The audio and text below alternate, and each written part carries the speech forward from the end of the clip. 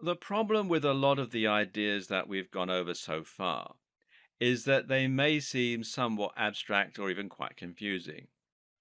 If you're someone who's never created a website and who would never read a PDF on their computer, then you might struggle to get into the correct mindset of someone who would buy these kind of products.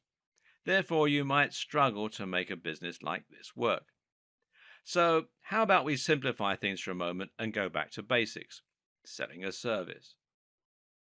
The good news is that there are a number of ways you can make money from selling a service and turn it into a passive income. One example was to create the SAS, or software as a service, which basically means automating a service you provide.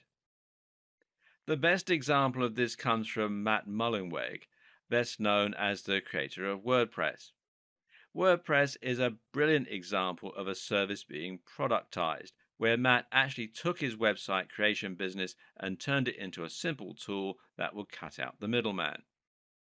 There were countless ways that WordPress could have been monetized, but one option would simply be to charge people to create the site.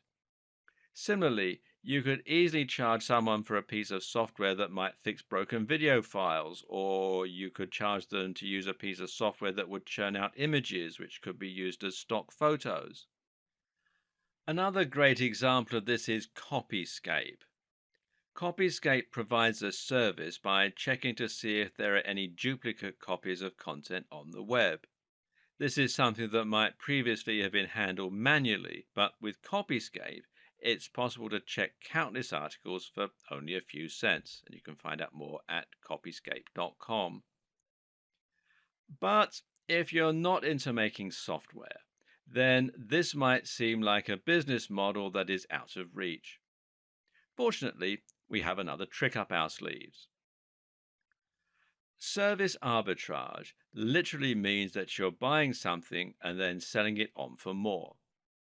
Arbitrage normally refers to the process of buying and selling securities or currency and selling them off simultaneously in different markets for a profit. Doing this with services is simple. You find someone who is looking to hire a writer or a web designer for $30 an hour. You then find a service that provides writing and web design for $20 an hour. Then you simply pass the order from the client straight through to the service provider. This is another example of a near perfect business model because all you have actually had to do is to refer an email that you received from the client off to the creator. This will take you barely any time while at the same time allowing you to make a healthy profit. And like all of our favorite passive income models, this is also highly scalable. Simply find 100 clients that all need work and then 50 service providers capable of offering that work to you. Another similar option is simply to hire people or to use freelancers to create a writing agency or a web design agency. You'll probably need to do a little admin and a little advertising, but the best part is you can hire people to do all that for you as well, simply by funneling some of your profits back into marketing and managing. You can then sit back and watch as the money rolls in. Using automated email services, online forms, and other tricks can help you to cut down your admin even further, to the point where you never have to send an email until something badly goes wrong. This type of passive income model is great because it's so simple and it can work with nearly any kind of industry. The only downside of this form of business is that it really isn't self sustaining. If something goes wrong, then your operations can collapse overnight, which is not the case when you use something like a website that will build up its own momentum. Like the sound of selling a digital product, but don't like the sound of building a landing page and advertising? Then Kindle publishing might be for you. Or how about creating your own mobile app?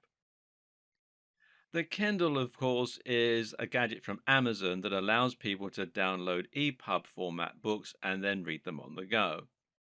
It uses an e-ink display to minimize eye strain and has a permanent free connection to Amazon. The great news is that anyone can create a book and start selling it on Kindle. And even better news is that you can do this simply by taking your PDF or Word doc and uploading it. It costs nothing and it requires absolutely no technical skill. What Kindle provides, though, is a platform for selling your products and a way to reach a massive captive audience. People will be browsing Amazon store for books all the time, and being in that store makes it incredibly simple for people to discover your content, to buy it, and to download it. This means you don't need to create your own sales page, you don't need to create your own checkout process, and you don't need to create your own marketing plan. In this case, the Kindle store is your route to market, and you can find out more at kdp.amazon.com. As with other forms of selling digital products, selling on Kindle means that you don't have any overheads and you can sell as many books as you like without having to worry about printing costs, storage, or delivery. That means it's another great set and forget form of business. But of course, you do need to invest a little time and or money up front in order to create the book in the first place. To make your book, you can either write it yourself or you can hire someone to write it for you. It does need to be good, though, not only because that's the moral thing to do, but also because readers can read excerpts of books before choosing to buy them or not. What's more is that a good book will have a lot of high star ratings, and this will help it to rank higher. Try to think of the Kindle store stroke Amazon store like a search engine. To get to the top of the search results, your book needs to choose the right niche that isn't too crowded, but that does get a lot of hits. At the same time, it needs to be designed with an outstanding cover, and the name stroke description should have keywords in them that people are going to be searching for. Think about what's hot right now, what's up and coming, and what the world needs more of. Think about how you can anticipate an upcoming trend and make a splash with a great book before anybody else does. Again, if you make a book on building muscle, you're going to have an almost impossible task rising to the top of the heap. Conversely, though, if you write a book on muscle building for students, then it might be a little easier, especially if you can combine that title and niche with a great cover image, a great sales pitch in the description, and some good reviews. Try dropping your price occasionally too to help your product climb the ladder by getting plenty of downloads. The great thing is that even if you only make a few sales a week of your book, there's nothing to stop you making hundreds of books, and over the course of a couple of years, a few sales of hundreds of books is going to mean a lot of money, and especially seeing as one or two of them is bound to take off. Or you can create and sell a mobile app. Once again, this will allow you to create a steady income stream without any overheads, and this can sustain you for a long time to come. The mistake so many people make here is to try and change the world with the next Facebook or some other life changing app. The most successful apps often aren't the ones that aim to change people's lives, though, but rather the throwaway games or the handy tools. Again, it's about knowing what people want right now and what people will search for. Try and make an app that has a social element, or that requires involvement of third parties, or that is highly technical, and you've given yourself an almost impossible uphill struggle. But if you try and make an app that is simple to make and has a single purpose, you'll be able to do it in a few weeks and start making a small amount of income. Use the fail fast approach. Now, that means building things quickly to see if they're profitable rather than spending months and years on a project that might never take off. Of course, there are plenty of tools that can help you with the code, or you can hire someone to do the coding for you. Now you have a ton of different options for creating business models that will generate passive income for you. The question is, where do you start? The answer is to think about what you're passionate and excited about.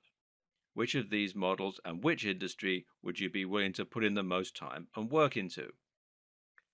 At the same time, ask which projects are likely to have the greatest yield while requiring the smallest amount of time. Try to avoid massive projects for now and instead focus on quickly setting up easy business models that you know will work. Now, that might mean selling a small ebook and selling it on Kindle, or it might mean buying a PLR site or a website that's already doing quite well.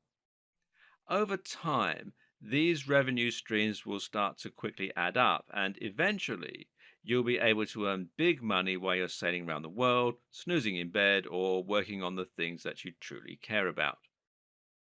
It's about getting inside your buyers' heads. It's about understanding the psychology of selling, and it's about knowing where you can safely cut corners. It comes down to working smart rather than working hard. That smart part is really what's important.